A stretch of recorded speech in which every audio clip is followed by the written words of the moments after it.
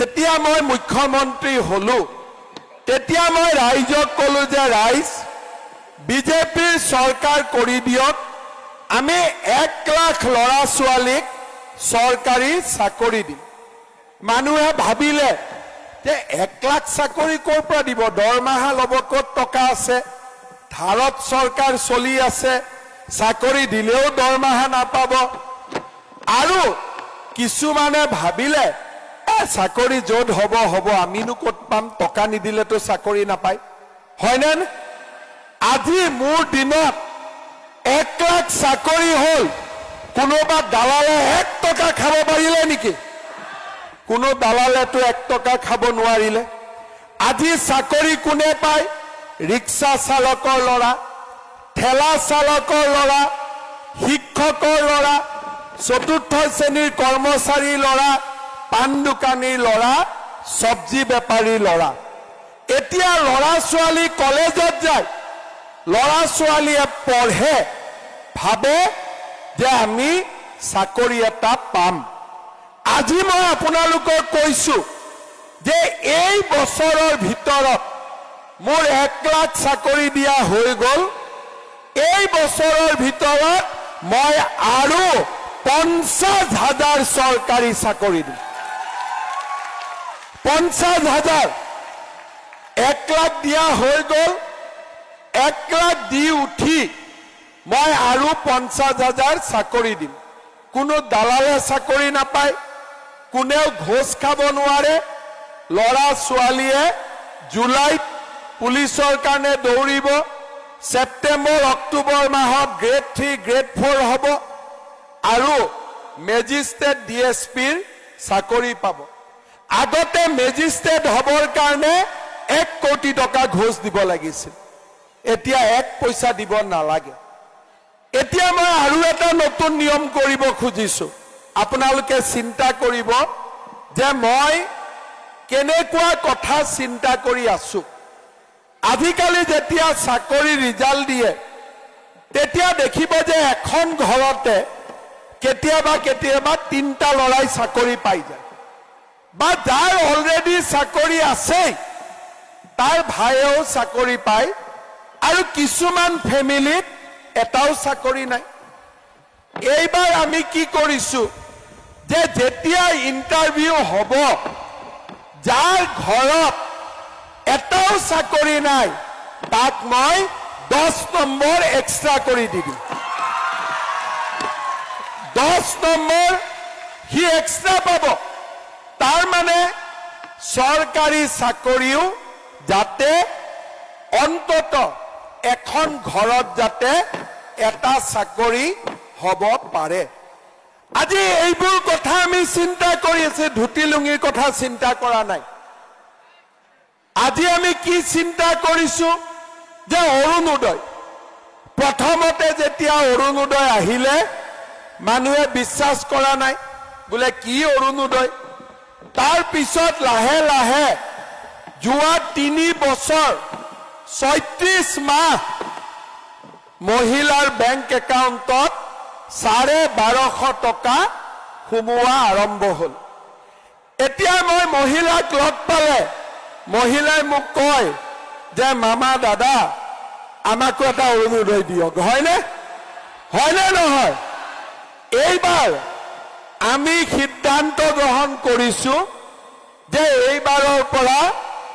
within 3 to 4 months প্ৰত্যেক ঘৰতে এটা অৰুণোদয় আমি দি দিম সব ঘৰত ৰেশন কাৰ্ড চাম যাৰ ঘৰত ৰেশন কাৰ্ড আছে তাকে আমি এটা অৰুণোদয় দিম কিন্তু ধুবুৰী জিলাত আধাৰ কাৰ্ডৰ কাৰণে বহুত মানুহে ৰেশন কাৰ্ড পোৱা নাই হয়নে কাৰ ৰেশন কাৰ্ড নাই হাত ডাঙক আৰু আধাৰ কাৰ্ডৰ সমস্যা কাৰ আছে হাত ডাঙক এতিয়া মই আপোনালোকক কথা দিছো যে আগামী 6 মাহৰ ভিতৰত আধাৰ কাৰ্ডৰ সমস্যা মই সমাধান কৰি দিম হ'ব এতিয়া আৰু 6 মাহৰ ভিতৰত আধাৰ কাৰ্ড সমস্যা সমাধান কৰি দিম সবেই ঘৰত এখন ৰেশন কাৰ্ড ল'ব আৰু ৰেশন কাৰ্ড লোৱাৰ লগে লগে 5 কেজি বিনামূলীয়া চাউলো পাব লগত অৰুণোদয় পাই যাব হ'ব ৰেশন কাৰ্ডত চাউল পালো আয়ুষ্মান ভাৰতৰ কাৰ্ড পালো আৰু কাৰ্ডৰ লগতে আমি এটা অৰুণোদয় আঁচনিও পালো আমাৰ ধুবুৰীত লাখপতি বাইদেউৰ ফৰ্ম কোনে কোনে ফিল আপ কৰিছে ঠিক আছে যিসকলে লাখপতি বাইদেউৰ ফৰ্ম ফিল আপ কৰিছে তেওঁলোকে অহা কেইদিনমানৰ ভিতৰতে তেওঁলোকৰ বেংক একাউণ্টত পুতুং কৰি 10,000 টকা সোমাই যাব ঠিক আছে এতিয়া 10,000 টকাটো পোৱাৰ পিছত গিৰিয়েকক কোনে কোনে পইচাটো দি দিব স্বামীক কোনে কোনে টকাটো দিব নিদিয়ে আৰু স্বামীয়ে যদি বিজেপিক ভোট নিদিয়ে দিব ঘৰত কথা হৈছে দিব ঠিক আছে মই এটা বুদ্ধি শিকাও টকাটো যেতিয়া আহিব এক সপ্তাহ আগত মই কৈ দিম যে অমুক তাৰিখে টকাটো বেংকত সোমাব এক সপ্তাহ ঘৰত কোনো জঞ্জাল কণ্ডল হ'ব নোৱাৰে হ'ব এক সপ্তাহ স্বামীৰ লগত কোনো কাজিয়া নহ'ব আৰু এক সপ্তাহ স্বামীক ঠাণ্ডা ভাত নহয় গৰম ভাত খুৱাব হ'ব মই কিয় কৈছো এই যে 10,000 টকা এইটো শেষ নহয় এইটো আৰম্ভণি যেতিয়া মই 10,000 টকাটো পালো মোৰ স্বামীৰ এটা সৰু দোকান আছে তাতে মই টকাটো দিলো বা 10 গৰাকী মহিলা লগ লাগি এটা সমিতি খুলি ললো টকা পইচা আমি খুটখুৰৰ জায়গাত গাঁৱৰ মানুহক দৰকাৰ পৰিলে আমি এই টকাটো দিব পাৰো তাৰ পিছত কোনোবাই পিঠাপনা বিহুৱান আচাৰ যি কৰে কৰিলে বা একো যদি কৰিব নোৱাৰো যাৰ গাঁৱত ঘৰ আছে বোলে মই 50 ডাল চেগুনৰ গছে লগাই দিলো তেতিয়া আপোনালোকৰ যিসকলে 10,000 টকাটো ভাল কৰি ব্যৱহাৰ কৰিব তেওঁলোকক মই পিছত আকৌ 25,000 টকা তেওঁলোকৰ বেংক একাউণ্টত মই দি দিম তাৰ মানে লাখপতি বাইদেউ মানে 10,000 টকা নহয়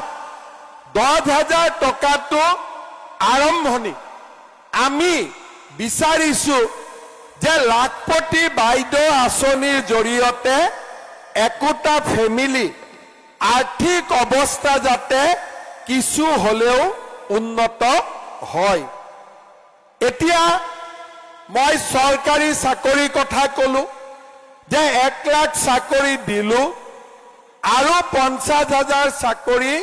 আমি দিম কিন্তু এই চাকৰি দিয়াৰ পিছতো বহুত লৰা ছোৱালীয়ে চাকৰি নাপাব হয়নে তাৰ কাৰণে আমি এটা নতুন আঁচনি আনিছো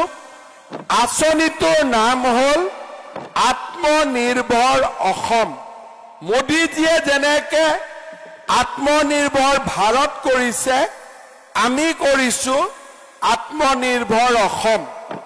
অৰ্থাৎ যিবিলাক লৰা ছোৱালীয়ে সৰকাৰী চাকৰি নাপাব তেওঁলোকক